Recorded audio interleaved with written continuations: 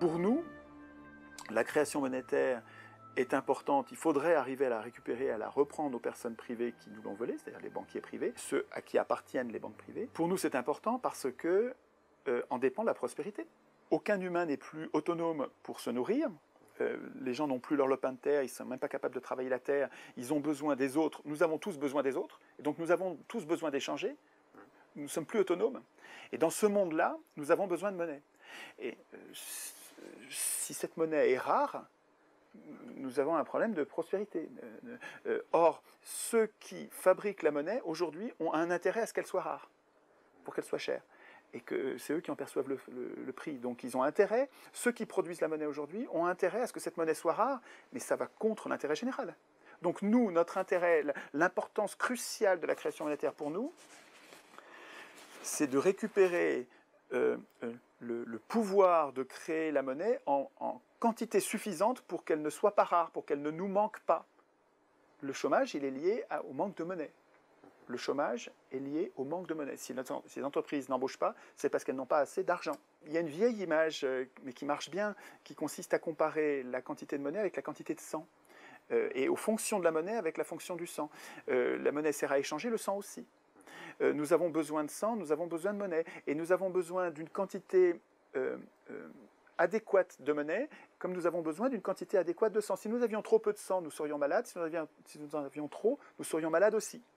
Or, ce qui détermine la quantité de monnaie dans nos pays est complètement idiot. La monnaie est créée par les crédits. Au moment où vous empruntez, vous créez de la monnaie. Mais du même coup, la création monétaire, elle a lieu quand des gens ont envie de monnaie, quand vous avez besoin de crédit. Et elle a lieu quand des gens ont envie de vous prêter. Donc en fait, elle a lieu surtout quand la période est optimiste. Dans les périodes d'optimisme, où, un peu comme des moutons, nous croyons à l'avenir, tout va bien, on est bien payé, on fabrique de moins en moins cher, l'ambiance générale est à l'optimisme, on va avoir tendance à emprunter beaucoup. En période de pessimisme, on n'a plus confiance en l'avenir, donc on n'a plus envie d'emprunter. On n'a plus confiance en l'avenir, donc ça c'est de notre côté emprunteur. On n'a plus de confiance en l'avenir, donc on n'a plus envie de prêter, ça c'est du côté des banquiers. Les banquiers n'ont plus envie de prêter, donc il y a de moins en moins de prêts, pourtant il faut toujours rembourser les anciens prêts. Donc la baignoire se vide toujours à vitesse régulière, mais elle ne se remplit plus. Donc vous avez la baignoire qui se vide, et là la masse monétaire diminue, et là vous avez du chômage. Mais c'est idiot. C'est pas parce qu'on est pessimiste, c'est pas parce qu'on a une ambiance pessimiste qu'il faut qu'on ait moins de monnaie, on a toujours autant besoin de monnaie. Aujourd'hui, si tout le monde remboursait ses dettes, il n'y aurait plus d'argent. Et pourtant, on aurait quand même encore besoin d'argent. Donc il y a un problème en fait. Pourquoi est-ce que si on remboursait nos dettes, on n'aurait plus d'argent? Est-ce qu'on ne peut pas imaginer un système dans lequel on aurait de l'argent même si on n'est pas endetté? C'est pas possible ça? Oui, bien sûr c'est possible. Mais à condition que les acteurs politiques et les acteurs intellectuels universitaires ne soient plus dominés par les banques. Parce que sinon, les banques, dominant ces acteurs essentiels, médiatiques, politiques, universitaires, les banques ont les moyens donc d'imposer, comme si c'était une loi naturelle, ce mécanisme qui est complètement inique et stupide. Il conduit aux crises. Si vous n'embauchez pas les gens, c'est pas parce que vous manquez de projets, ou c'est pas parce que vous manquez de gens. Les humains savent très bien construire des maisons bien isolées, les humains savent très bien épurer l'eau, ils savent très bien fabriquer des produits agricoles. Donc c'est juste une question d'argent. Attends, notre problème, c'est un problème d'argent. Si les entreprises, les jeunes gens qui viennent de finir leurs études et qui voudraient avoir une activité, s'ils n'arrivent pas à trouver du boulot ou à avoir une activité qui donne du boulot, c'est parce qu'il manque d'argent. On a juste un problème d'argent. Et l'argent, qui le crée? Comment ça se fait que l'argent soit rare? Comment ça se fait que l'argent soit difficile à trouver? Le problème, c'est qu'on a donné l'argent, on a donné la responsabilité de la création de l'argent à des acteurs qui ont un intérêt personnel puissant à ce que cet argent soit rare.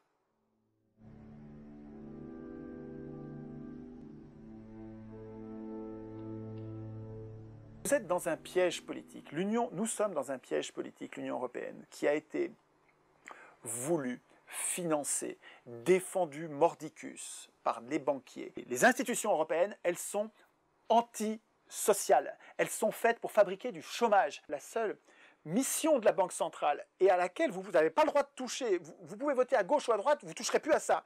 La seule mission de la Banque centrale, c'est de protéger la monnaie, fût-ce au prix d'un chômage de masse qui va avoir lieu et qui arrange bien les riches qui ont voulu tout ce zinzin. C'est une première félonie gravissime. L'anticonstitution européenne nous condamne à un chômage de masse en ne protégeant que la monnaie comme si c'était le veau d'or. Tous les banquiers du monde savent que quand ils luttent contre l'inflation, ça se paye en chômage des plus défavorisés. Tout le monde le sait. Et c'est ce qu'ils veulent. Ils ne veulent pas d'inflation parce qu'ils veulent que leurs billets de banque continuent, parce qu'ils en ont beaucoup. Ils veulent que ça continue à valoir de l'argent. Et ils veulent du chômage parce que le chômage, ça va être intimidant pour les salariés. Ça va leur permettre de payer des bas salaires. Et des bas salaires, pour eux, c'est des hauts profits. Ce chômage de masse, il nous intimide. Il nous fait peur. Il nous dissuade de demander de meilleurs salaires. Il nous conduit à une résignation à de bas salaires.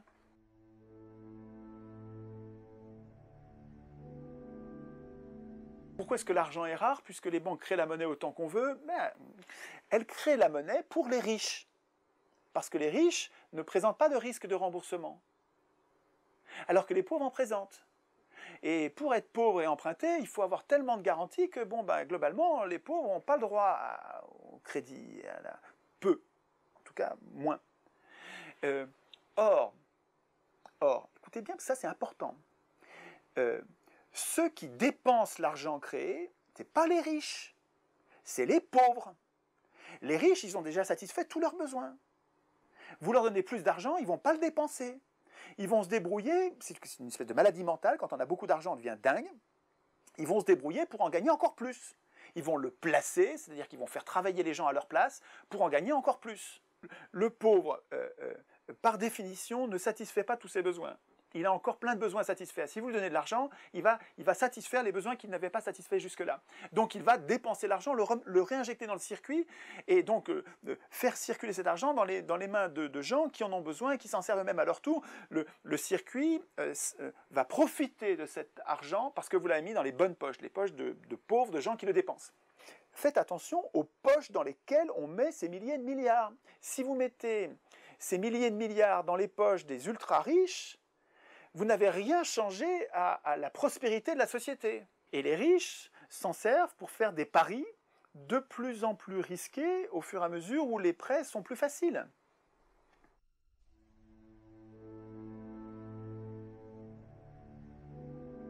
Inflation, ça veut dire une augmentation de quantité. Et quand on parle d'inflation, on parle d'inflation monétaire. Si vous augmentez la quantité de monnaie avec en regard, en face, une augmentation de la capacité de production des biens, il n'y a pas d'inflation parce qu'il n'y a pas de rareté. Si par contre vous créez beaucoup d'argent, vous donnez du pouvoir d'achat aux gens, mais il n'y a pas les biens, vous ne créez pas les biens qu'il y a en regard. Les gens sont là avec leur pouvoir d'achat prêts à acheter les choses, mais les choses n'existent pas. Vous avez créé, en donnant trop de pouvoir d'achat, vous avez créé de la rareté. Vous avez créé de la rareté et pour départager ceux qui veulent acheter, ils vont être prêts à payer un prix plus fort. Ça va faire monter les prix. Mais comprenez bien que si vous augmentez la masse monétaire, vous distribuez de l'argent, progressivement, en même temps que les producteurs arrivent à suivre. Vous faites ça pas brutalement, vous faites ça doucement pour que les producteurs arrivent à faire tourner leurs usines, embaucher, faire venir les matières premières pour produire. Il n'y a pas de rareté, il n'y a pas d'augmentation de prix. Mais il faut quand même distinguer, et je crois que c'est très important, c'est jamais fait, il faut distinguer deux mondes qui utilisent la même monnaie, mais qui sont vraiment deux mondes à part, qui sont le monde des marchés financiers, c'est le monde des gens qui ont trop d'argent et qui essayent d'en faire plus en le prêtant à ceux qui en manquent et ce qui leur permet de gagner de l'argent sans travailler. Donc ça, il y a le monde des riches, qui est le monde des marchés financiers. Et puis il y a le monde normal, le monde des gens normaux, avec les biens communs, on achète des voitures, on achète des maisons, on achète de quoi manger, on achète des services de toutes sortes, services de médecins. Le monde normal, des gens normaux, avec là aussi un risque d'inflation si vous créez trop d'argent. Et alors, qu'est-ce qui se passe en ce moment? La Réserve fédérale crée 1,5 milliard par jour en ce moment. 1,5 milliard de dollars par jour. Et pourtant, il n'y a pas d'inflation. Attendez, il n'y a pas d'inflation. Il n'y a pas d'inflation pour nous les gens normaux, parce que c'est pas à nous qu'on le donne. C'est pas à nous qu'on donne ces milliers de milliards. On ne nous les donne pas, donc il n'y a pas d'inflation. Par contre, regardez ce qui se passe du côté des riches, du côté des marchés financiers. Ces marchés qui devraient s'effondrer, parce que c'est des crapules qui ont triché, qui devraient être en faillite. La bourse devrait s'effondrer, et elle ne s'effondre pas.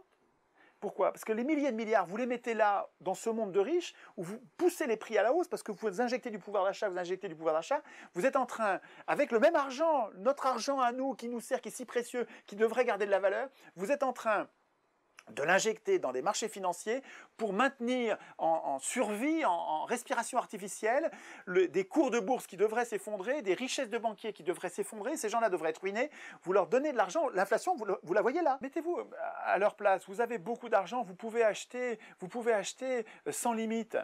Vous arrivez sur la Côte d'Azur, la maison vaut 1 million, mais il n'y a pas de problème, moi je peux la payer 2 millions. Attendez, vous êtes prêt à la payer 2 millions, mais le prix va monter. Le prix va monter, effectivement, parce que le vendeur, il va préférer celui qui l'achète 2 millions. Et donc les prix montent, et montant, il valide le pari que faisait l'acheteur en disant ça va continuer à monter, puisque les prix montent. Ben, oui, ce sont des prophéties autoréalisatrices, c'est-à-dire qu'ils alimentent eux-mêmes une bulle avec de l'argent facile. Quand elle s'effondrera, elle va ruiner, non pas les acteurs qui ont triché, parce qu'ils vont se retirer toujours à temps, parce qu'ils sont dans des mécanismes de délit d'initié, ils savent avant tout le monde quand est-ce que ça va se retourner, et ils se retirent juste avant que ça se retourne. Ça se retourne. Le truc est en train de se retourner. Mais ces acteurs-là sont les acteurs qui reçoivent les ordres de vente. Ils sentent que ça se retourne, et bien juste avant que ça se retourne, eux, ils commencent par vendre avant de vendre en se conformant aux ordres de leurs clients. Donc c'est jamais eux qui perdent. Moyen de nous défendre contre les abus de pouvoir, ce qui est ma lutte à moi, c'est la résistance aux abus de pouvoir. Tout ce que nos parents ont pensé, ont mis en place, mais durement, pour que nous puissions nous défendre, nous, on est bêtes comme des pieds, on est incultes, on est en train de tout laisser partir sans nous battre. Et on est en train de tout perdre, mais on n'a pas encore tout perdu. Et quand on sera à poil, ce sera trop tard. Quand vous êtes dans une prison, il est trop tard pour s'apercevoir que vous n'avez plus de moyens de résister à l'État.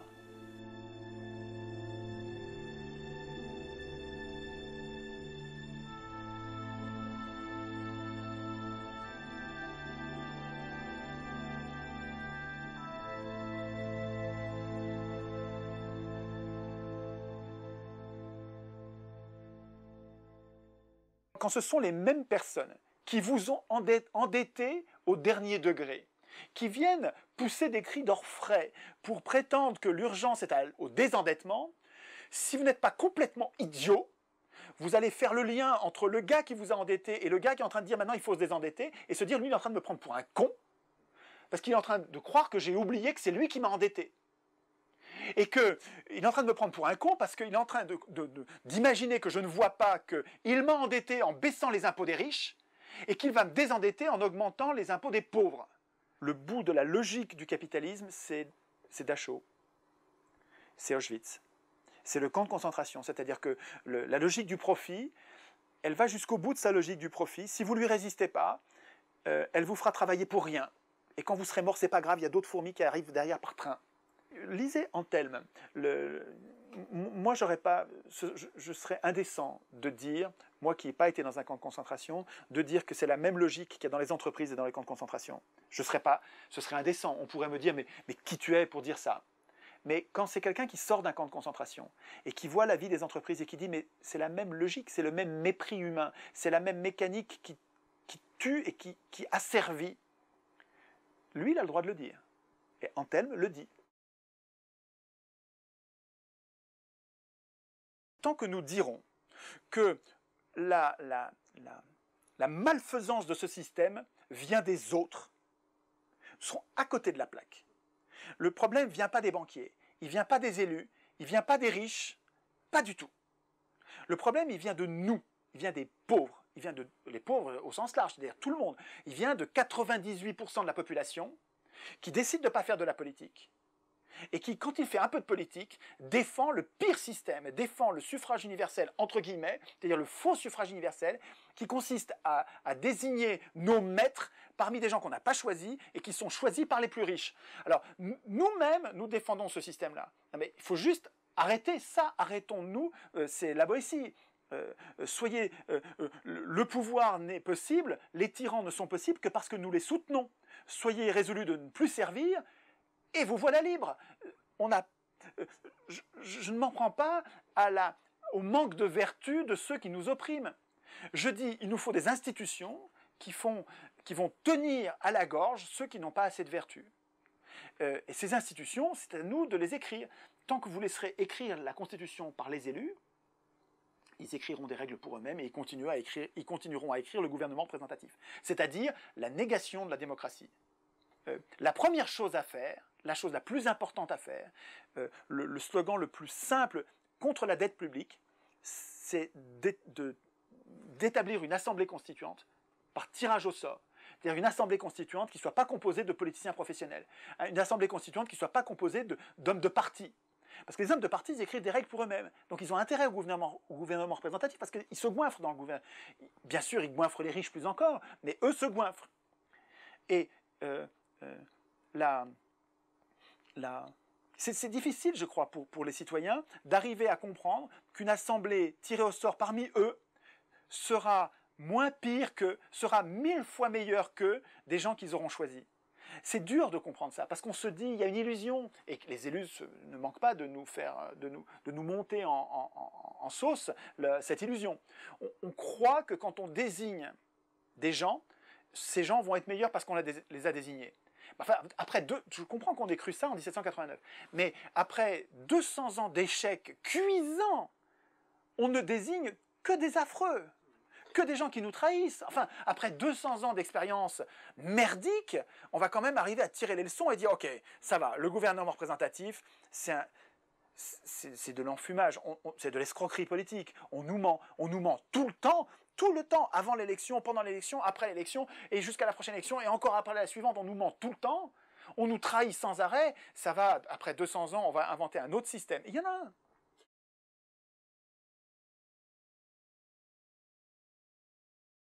Le tirage au sort, c'est une procédure qui sert à donner peu de pouvoir à des gens pour peu de temps, qui ne l'auront jamais deux fois, de façon à ce qu'ils ne deviennent pas accros au pouvoir, à ce qu'ils ne deviennent pas des professionnels, de façon à ce qu'ils restent des amateurs, à être sûr qu'ils restent des amateurs, pour qu'ils ne deviennent jamais nos maîtres et qu'ils restent toujours nos serviteurs. Ça sert à ça le tirage au sort. Ça ne sert pas à leur donner le pouvoir. Ça sert justement à ne pas leur donner le pouvoir. Ça sert à le garder nous. La démocratie, c'est nous qui allons prendre les décisions dans nos assemblées, dans nos communes, qui vont se fédérer en fédération de communes. C'est ça qui va se passer. Une démocratie, c'est à petite échelle, on se connaît entre nous, et on tire au sort entre nous ceux qui nous représentent pour qu'ils ne deviennent pas nos chefs. Parce que nous avons compris que les chefs sont des gens qui vont nous maltraiter. Même si au début ils sont gentils, ils finissent par se transformer, le chef ça les change en mal. Ça fait des milliers d'années qu'on l'observe, ça suffit. La démocratie ça sert à dire, mais on veut plus ça, on veut plus de chefs, ou on veut des chefs sans pouvoir, des chefs affaiblis. Et la démocratie c'est ça. Et le tirage au sort il sert à nous protéger durablement contre les chefs. Vous savez, ces gens qui ont plus de tempérament que les autres, les gens qui sont des leaders, qui voudraient bien être les chefs, et bien le tirage au sort, il nous protège contre eux. Le mode opératoire, c'est que la dette oblige les États à vendre les services publics aux acteurs privés riches qui ont fait élire les élus et qui sont en train de se faire renvoyer l'ascenseur par leur... C'est des parrains, c'est une mafia, une vraie mafia avec des malfaiteurs en bande, où vous avez les riches qui font élire les élus et qui ensuite se font brader à vil prix les services publics pour les transformer les assurances sociales, transformer les assurances de retraite en centres de profit. C'est révoltant, ça mériterait une révolte violente, parce que c'est une vraie violence qu'on nous fait, une violence sociale que nous font nos élus en nous trahissant au dernier degré. Ils vont coûter beaucoup plus cher. Une fois que ça va devenir des centres de profit, tous les prix vont augmenter, on sera moins bien traité, les services seront moins bons, ils coûteront plus cher. Regardez les services de santé en Angleterre privatisés par cette épouvantable Thatcher. Regardez les services de santé, ils sont épouvantablement chers et ils sont mal soignés. Ils viennent se soigner en France. Regardez les transports, et ils ont des accidents, c'est une catastrophe, et pourtant les transports coûtent la peau du dos. À chaque fois, c'est des centres de profit, c'est une catastrophe. Mais le libéralisme, c'est une catastrophe. Le libéralisme, c'est une ruine. Il n'y a pas d'exemple d'État qui a appliqué le libéralisme, qui se soit enrichi ou qui a amélioré sa situation. À chaque fois, c'est une catastrophe sur tous les registres. Ça ne marche pas, c'est une idéologie de riches pour se goinfrer le temps qu'on applique ces recettes, et après la crise, on s'en fout, on est riche.